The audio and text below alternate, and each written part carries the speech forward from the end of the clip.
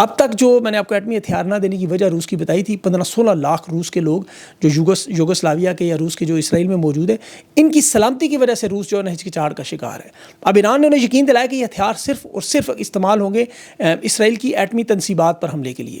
اس میں میزائل جو ہیں کہ خیبر شکن، قدر ہے، عماد ہے، یہ سارے 1500 سے 2000 کلومیٹر تک آپ کو پتہ ہے ایٹمی تنصیبات جو ہے ڈیمونا میں وہاں پہنچ سکتے ہیں اس کے ساتھ، لیکن یہ ایٹمی ہتھیار وار ہیڈ لے کے جانا چاہتے ہیں تاکہ اسرائیل کی کمر ٹوٹے اور بار بار یہ حملہ نہ کرنا پڑے۔ یہ جنوبی صحرا ہے ان کا نگیوں، وہاں پر ان کا ڈیمونا کی سائٹ ہے، بڑی سیکیور سائٹ ہے، اور یہ چاہتے ہیں کہ ایٹمی اس پہ حملہ ہو۔ اور روسی وزیر خارجہ نے بعد میں صحافیوں سے بات کرتے ہوئے کہا کہ ہماری بہت سی ہائی لیول باتیں ڈسکس ہوئی ہیں، لیکن ہم وہ آپ کے سامنے نہیں رکھ سکتے۔ ظاہر ہے یہ باتیں تو نہیں بتا سکتے وہ۔ ایران نے بھی اعلان یہ بھی کیا کہ ٹرمپ اور نیتن یاہو پر بھی حملے ہوں گے، اور آج کی رات بڑی اہم ہوگی ایران کے لیے، بڑا خونخوار قسم کا حملہ متوقع ہے۔ اور انہوں نے اگر آج رات دیکھیں بھاری تعداد میں اسرائیل پر حملہ کیا میزائلوں سے، تو اسرائیل کو جو غیر متوقع جواب، کیونکہ اسرائیل اور امریکہ یہ سمجھ رہے ہیں کہ انہوں نے ایران کو کافی حد تک پیچھے دھکیل دیا ہے، آج اگر ان کا بھرپور جواب آ گیا، جو فجر کے وقت عام طور پہ آپ کو پتہ ہے ان کے میزائل پٹاخوں کی طرح چلتے ہیں، تو ان کی برتری ثابت ہو جائے گی، ورنہ انہیں پھر دوسری آپشنز دیکھنی ہوں گی، جیسے ابنائے ہرمز ہے، پراکسیز ہے، دنیا بھر میں جو چھوٹے چھوٹے حملے گوریلا وار جو بھی یہ کرتے ہیں، ان کی ظاہر ہے آپ کو پتہ ہے نئے ہتھیار بھی جو پڑے ہیں ان کی بھی استعمال انہوں نے کرنے ہیں ابھی، تو جنگی آپشنز تو خیر انہیں پتہ ہوں گی، وہ وقت کے ساتھ ساتھ سامنے آئیں گی، لیکن جو اصل بات تھی وہ ان کے نظریے کی، اور اس نظریے پر یہ قائم ہے۔ امریکی حملوں کے باوجود ایران نے آج یورینیم کی افسودگی کا عمل بھی جاری رکھا، اور اب وہ اس پروگرام کو مزید تیزی سے بڑھا رہے ہیں۔ اب یہ بات دیکھیں پوری دنیا میں ہر مذہب، ہر مسلک کا بندہ، بلکہ یہودی بھی، میں آگے چل کے آپ کو بتاتا ہوں، مان رہے ہیں ایران کی بات۔ وہ جون ایلیا کا ایک شعر ہے نا کہ جس دھج سے کوئی مقتل میں گیا وہ شان سلامت رہتی ہے، یہ جان تو آنی جانی ہے، جان کی تو کوئی بات نہیں۔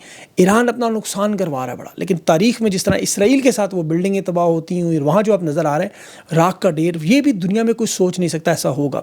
اور ایران یہ دیکھیں دنیا کی واحد قوم نہیں ہے، مذہب سے اس سے کوئی تعلق نہیں ہے۔ ویتنام میں 20 سال کی جنگ وہاں آپ کو پتہ لڑی، لاکھوں لوگ وہاں مارے گئے، پورا ملک تباہ ہوا، لیکن ویتنام کی قوم نے ہتھیار نہیں ڈالے۔ افغانستان ہمارے سامنے، امریکہ نیٹو 20 سال تک لڑتے رہے، لاکھوں شہداء ہوئے، انفراسٹرکچر ہوا، اس کے باوجود انہوں نے اپنی سرزمین اور اپنی غیرت پر سمجھوتا نہیں کیا۔ فلسطین دنیا کی بڑی مثال، 75 سال سے مزاحم، لاکھوں لوگ شہید، مہاجر ہو گئے، لیکن وہ اسرائیل کے تسلط کو نہیں مانتے، وہ نہیں قبول کرتے، وہ جنگیں لڑنا، پابندیاں، سازشیں، سب کچھ برداشت کریں، سر جھکانے کی بجائے سر اٹھا کر چلنے۔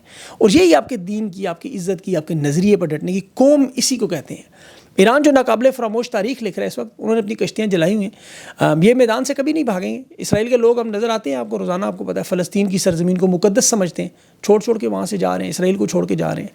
آج بلکہ روس میں میٹنگ میں وہ ان کے جو رجیم چینج آپریشن پر بڑا واضح روس کے صدر نے اور وزیر خارجہ نے موقف دیا کہ جو لوگ رجیم چینج کرنا چاہتے ہیں وہ دیکھ لیں کہ سپریم لیڈر کی مخالفت میں جو لوگ تھے وہ آج اس کی حمایت میں ریلیاں نکال رہے ہیں۔ اور ابھی جیسے میں آپ کو بتا رہا تھا کہ نیو یارک میں یہودیوں کا آج بہت بڑا جلوس نکلا ایران کی حمایت میں۔ اس کی وجہ ہے کہ صہیونی اور یہودی دو مختلف ہیں، یہ بات یاد رکھیں۔ اسرائیل میں جو رجیم ہے، جو حکومت میں ہے، اسرائیل کے لوگ تو عام لوگ ہیں، آپ کو پتہ ہے ان میں سے تو بہت سارے مذہب جو بھی ہو، وہ تو نہیں چاہتے جنگ ہو، وہ تو اپنی حکومت سے سوال پوچھتے ہیں، حکومت کی پالیسیوں پہ وہ چیختے ہیں۔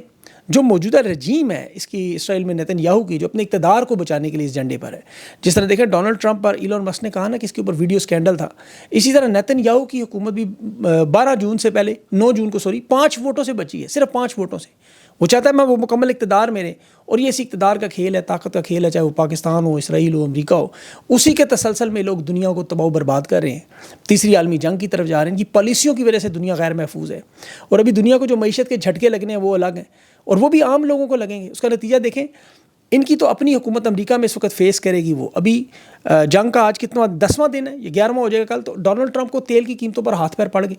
ڈونلڈ ٹرمپ نے بھی باقاعدہ دھمکی دی ہے، اس نے کہا سارے میری بات سن لیں، میں دیکھ رہا ہوں تیل کی قیمتیں آپ بڑھا رہے ہیں، ان کو کم کریں اور دشمن کے ہاتھوں میں نہ کھیلیں۔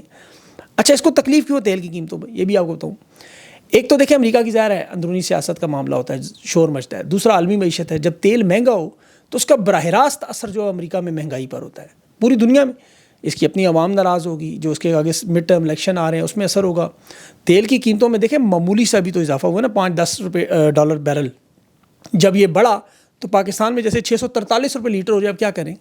ابھی اوپیک کے جو ممالک ہیں ان کی سپلائی بھی محدود نہیں ہوئی، پھر چین، روس اور ایران کی قربت کے نتائج بھی آپ کو نظر آئیں گے، اور یہ نتائج آپ کو پاکستان میں بھی نظر آئیں گے۔ ابھی ڈالر میں دیکھیں، ابھی فی الحال جو ایلسیاں کھل رہی ہیں پاکستان میں، وہ ملکی کرنسی کے مقابلے میں ڈالر کی طلب جو بڑھ گئی ہے، اس وجہ سے ڈالر کی شارٹیج شروع ہوگی۔ 17 پیسے بھی فی الحال آپ کو نظر آئے، لیکن یہ 8-10 دن ہے، ابھی تو کچھ ہوا ہی نہیں۔ مطلب دنیا میں کچھ ہوا نہیں. ابھی جو آگے معاملات چلیں گے اس میں پتہ چلے گا. فی الحال ایران کے ساتھ کھڑا کون ہے کون نہیں, اس پہ بھی ایران نے کہا کہ جنگ ختم ہونے دیں, اس کے بعد ہم ان تمام ممالک سے بات بھی کریں گے.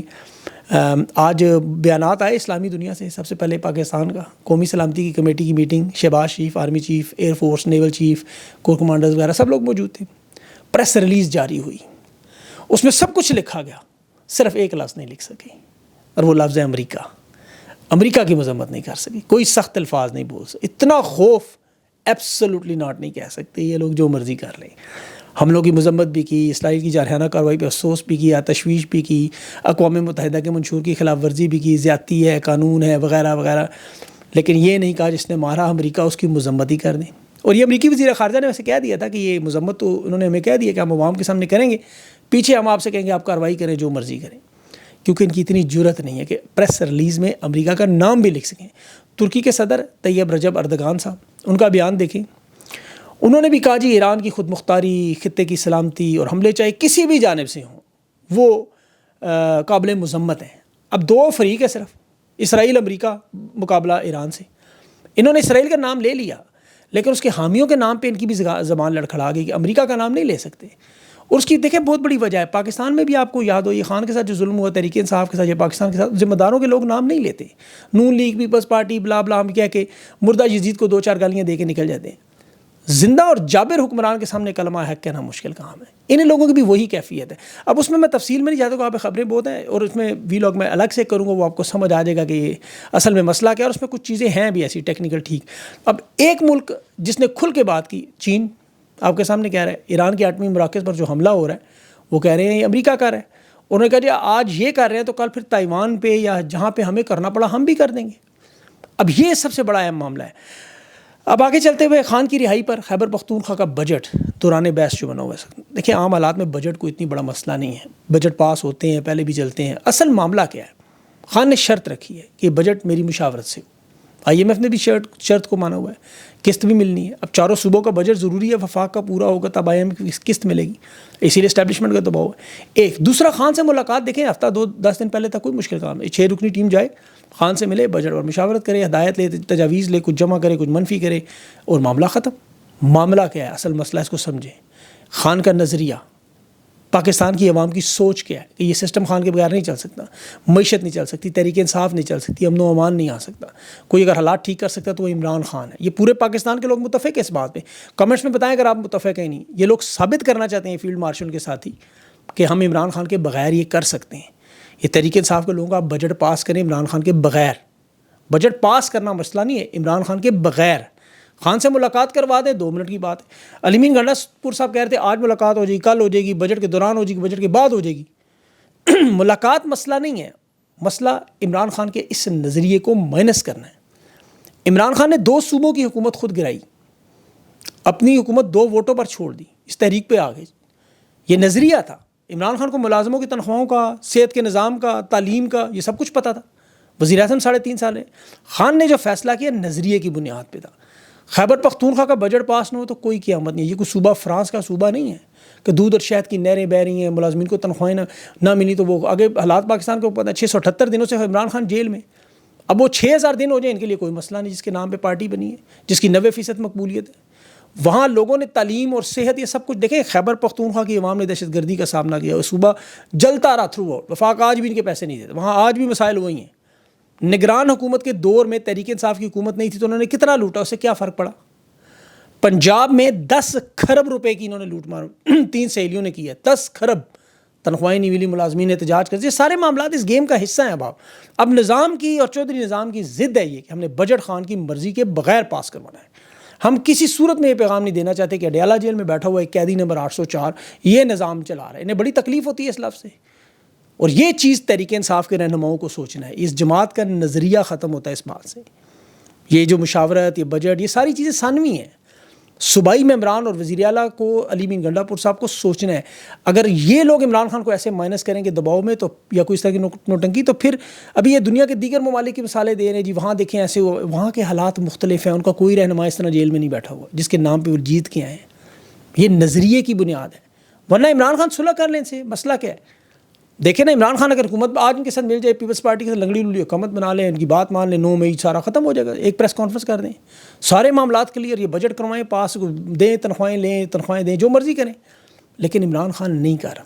اور یہ جو کہہ رہے ہیں ان کا مستقبل مجھے پھر تاریک نظر آتا ہے. اس کی وجہ پرویز خٹک نے عمران خان کے کہنے پر اسمبلی نہیں توڑی تھی. آپ کو یاد ہوگا جب 126 دن کا دھرنا، وہ دوبارہ اس کے انجام دیکھ لیں. ان سب کے ساتھ یہی ہوگا. یہ سارے ممبران صوبائی اسمبلی بے شک آج جو مرضی کہیں، بے شک پارلیمانی کمیٹی میں یہ ہوا وہ ہوا، اگر مگر کرتے رہے. سب سے سادی بات جو میں نے ابھی کی ہے، عوام کو سمجھ آ جائے گی. سمجھ آئی تو اس کو ضرور شیئر کریں تاکہ انہیں بھی سمجھ آ جائے، ان تک پہنچ جائے پیغام. اپنا خیال رکھیں. مجھے اجازت دیں. اللہ حافظ.